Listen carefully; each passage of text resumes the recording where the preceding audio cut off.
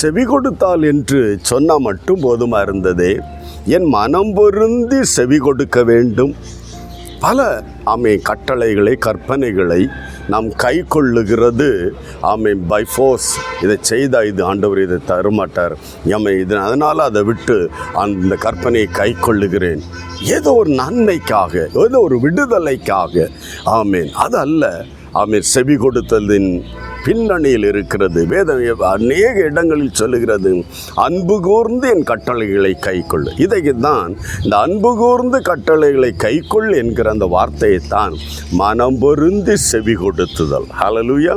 உள்ளத்தின் ஆழத்தில் தேவனோடு மனம் பொருந்தி இணைந்து இசைந்து, மனம் இசையணும், தேவனோடு இசைந்து இந்த காரியத்தை நான் செய்வேன் ஆண்டவரே என்று ஒப்பு கொடுத்து செய்யும்போது தேசத்தின் நன்மை நாம் புசிக்கலாம். ஹல்லேலூயா.